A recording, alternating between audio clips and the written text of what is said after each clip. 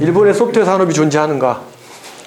아주 중요한 얘기인데 일본 소프트웨어 산업이 존재하는 게 황당하신 얘기 같지만 저는 그렇게 얘기해요. 일본 사람들한테 당신네 나라에는 소프트웨어 산업이 없다. 당신네 나라에 존재하는 거는 소프트웨어 산업 분야의 인력 파견뿐이 없다는 거예요. 일본은 관청도 그렇고 민간 기업도 그렇고 전부 견적서의 단위, 견적 단위가 맨먼스예요. 우리나라 펑션 포인트가 많잖아요. 일본은 맨먼스예요. NTT 그룹이 수주를 해서 후지츠 NH에 하청을 주면 후지츠 NH가 수주를 해서 그 밑에 하청을 주고 이렇게 인력 파견. 우리나라도 그렇게 하잖아요. 우리나라도 그렇게 하는데 우리나라하고 다른 점이 뭐냐면요. 일본에서는요. 후지츠의 협력회사가 되기가 되게 힘들어요.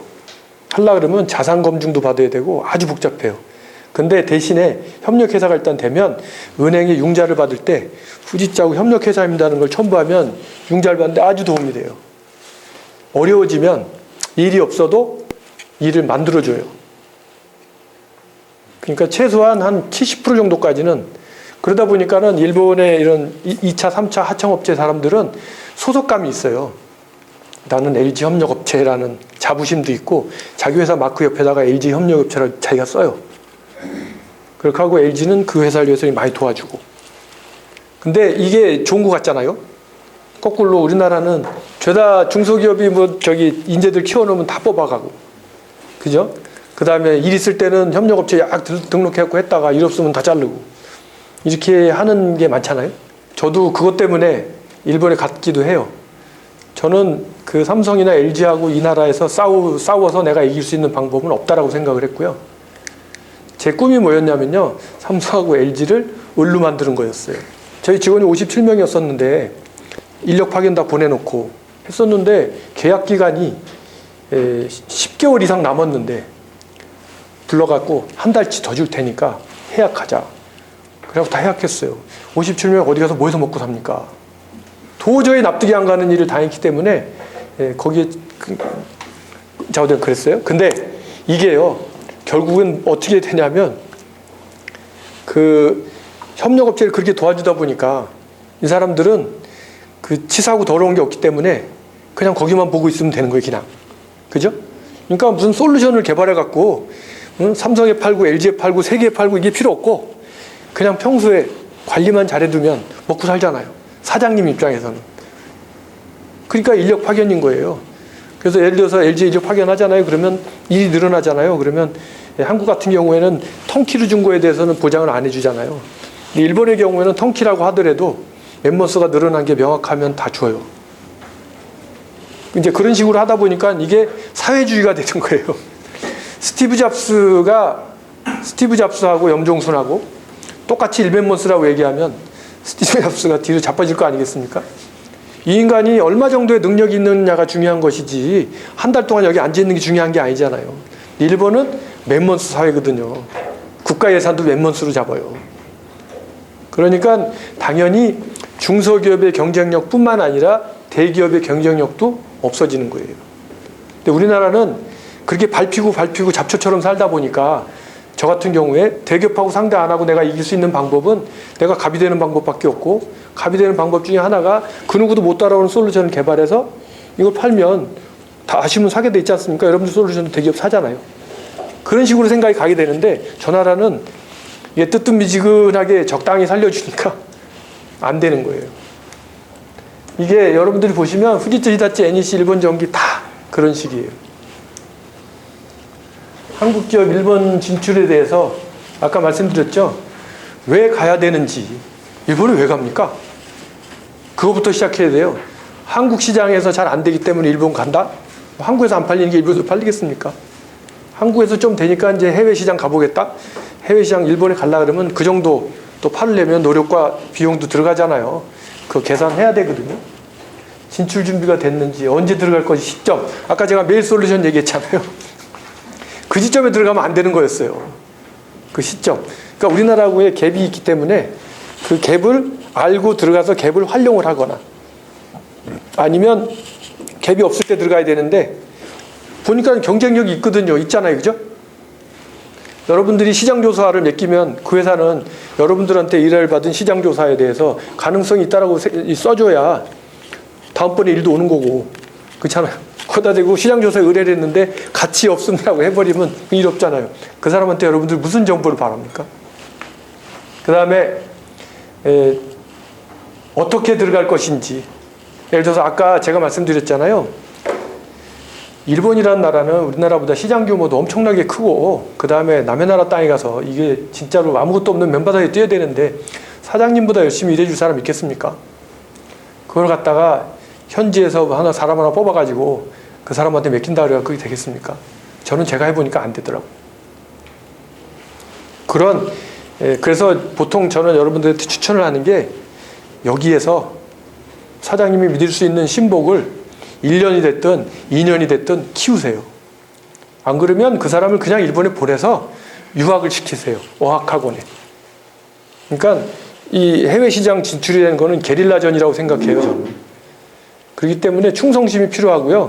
그러려면 내 식구, 내가 믿을 수 있는 내 식구 핵심 대력하고 일을 해야 되지 맡겨갖고 될 일은 아니라고 저는 생각을 해요.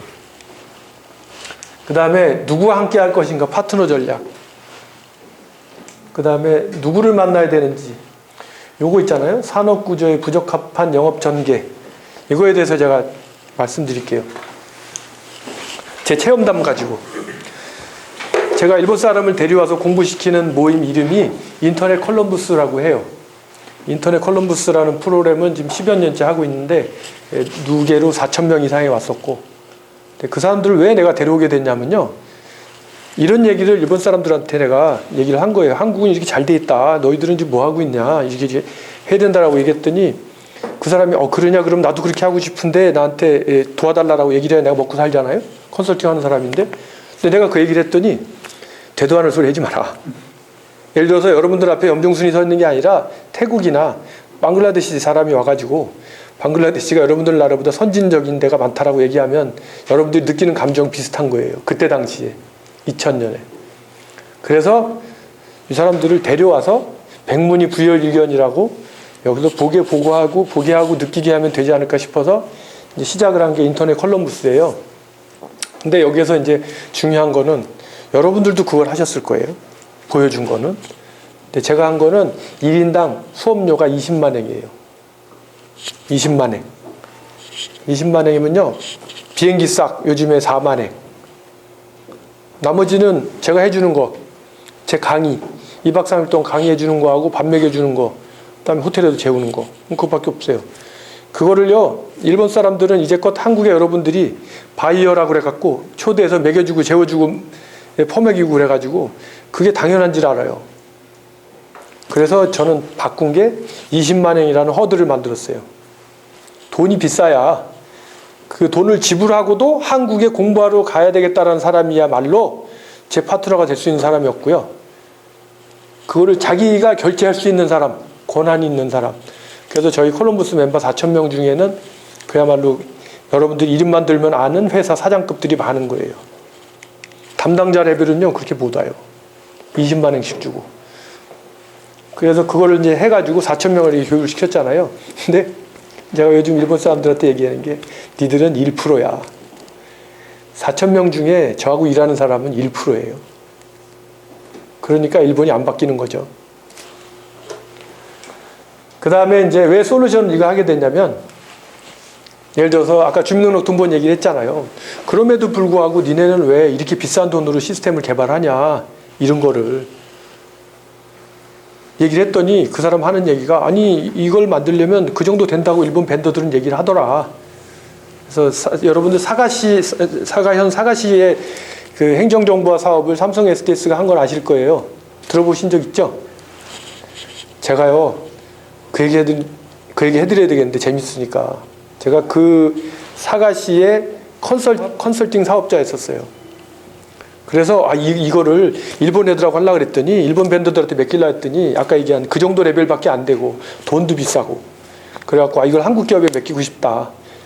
저는 그 제 클라이언트 시장님을 위해서 그렇게 생각을 했어요. 대한민국 사람이기 때문에 팔아야 되겠다가 아니고 그래서 한국에 왔어요. 이런 일이 있는데 응찰을 해줄 수 없겠습니까? 라고 가서 얘기를 했는데 일본 담당하시는 분이 일단 제 얘기를 안 믿는 거예요. 되도 않을 얘기를 하지 마라. 어떻게 일본의 공공기관에서 너 같은 애한테 컨설팅을 맡기느냐, 뿌로커 아니냐, 이런 식으로 얘기가 됐죠. 그래서 찬밥 먹고 또 똑같은 거예요. 내가 해봐서 아는데 일본 시장이 그렇게 만만한 데가 아니야, 이런 식으로. 그래갖고 그 다음에는 제가 가서 사장님을 만났어요. 사장님을 만났는데 사장님이 잠깐만 기다리자 그러더니, 사장님 만나기도 힘든데 이거 도와줘갖고 만났어요. 해외사업본부장 좀 오라 그래봐라. 옆에 앉혀놓고 자 얘기 좀 해보세요.